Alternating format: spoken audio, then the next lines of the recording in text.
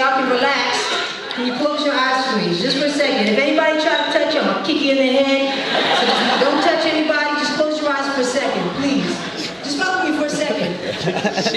If you can see me, they're not closed, y'all, come on.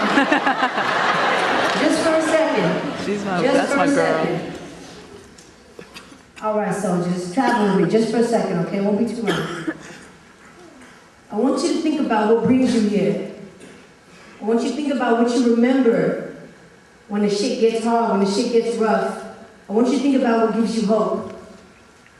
I remember these half-naked 14, 15, 16-year-old little Filipino girls in these random-ass brothels, bars, clubs, in Angeles City in the Philippines, dancing back and forth like fucking cows with tags around their neck. Entertaining European and Asian businessmen, fat off of their greed, fat off of their laziness, fat off of their guilt. I remember Emmett Till's face, murdered and beaten and left to rot. I remember the rape of all of our brothers and sisters, their wombs torn apart, their wombs poisoned to a point where they can't carry on their family, their name, their hope, their vision. I remember how much I waste my water while folks on the res have to fucking drive hella far away, load the shit, have enough for maybe a week, 2 weeks, bring it right on back. My shit's still running, dripping, can't even call a goddamn plumber to get it to be fixed. I remember in San Francisco, Dolores Park, which is actually a cemetery, a burial ground, where all these goddamn yuppies have their dogs running around, pissing, shitting. Imagine that. Imagine your body, your dead body, resting in the ground and dogs shitting and pissing all over you, like you wasn't even there. For all the other burial grounds of all the slaves, natives, and all of our ancestors, rotting somewhere in the earth with no respect, no remembrance, no love.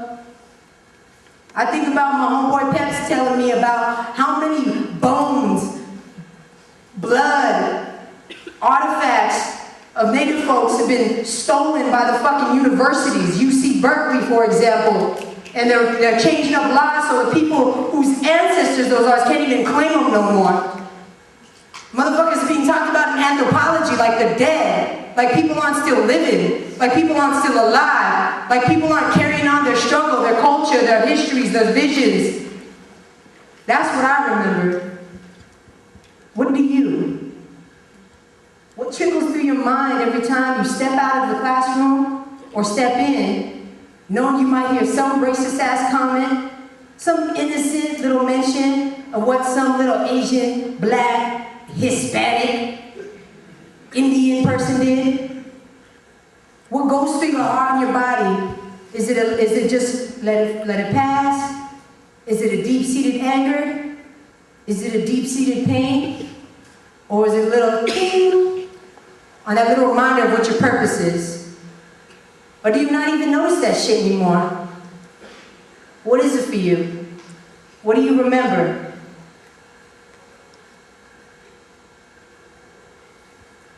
Y'all don't mind slowly opening your eyes for a second.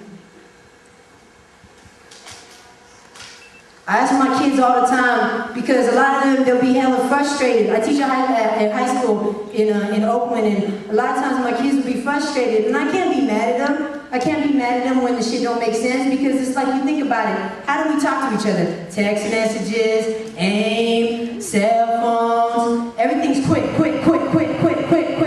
You hungry, what you use? You use a microwave? You know what that shit does to your food, to your body? I use the shit all the time, so I'm guilty as well, but damn, everything's quick.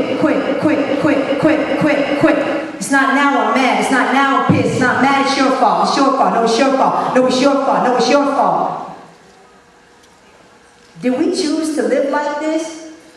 Did our ancestors set us up like this? Is this how we've been raised, to understand each other, interact, to build? And now we gotta slowly reteach ourselves how to be patient. Slowly reteach ourselves what's hope. Slowly reteach ourselves what does it mean to struggle. Slowly reteach ourselves how do we evaluate real action from activity. Real action from entertainment. Real action. some shit that your grandchildren's gonna feel. It's hard, right? Yeah. Yeah, I like when people talk back to me. Talk to me. So check it out. I'm never good at this. I never write my shit. I'm just gonna go off my little deposit slip right here. And I just have a couple of things I wanted to go on with you. There's this confusing thing, and I'm guilty of it too. I graduated from UC Santa Cruz, 2004. This is confusing thing that people teach us about what success is. You know what I'm saying? What joy is.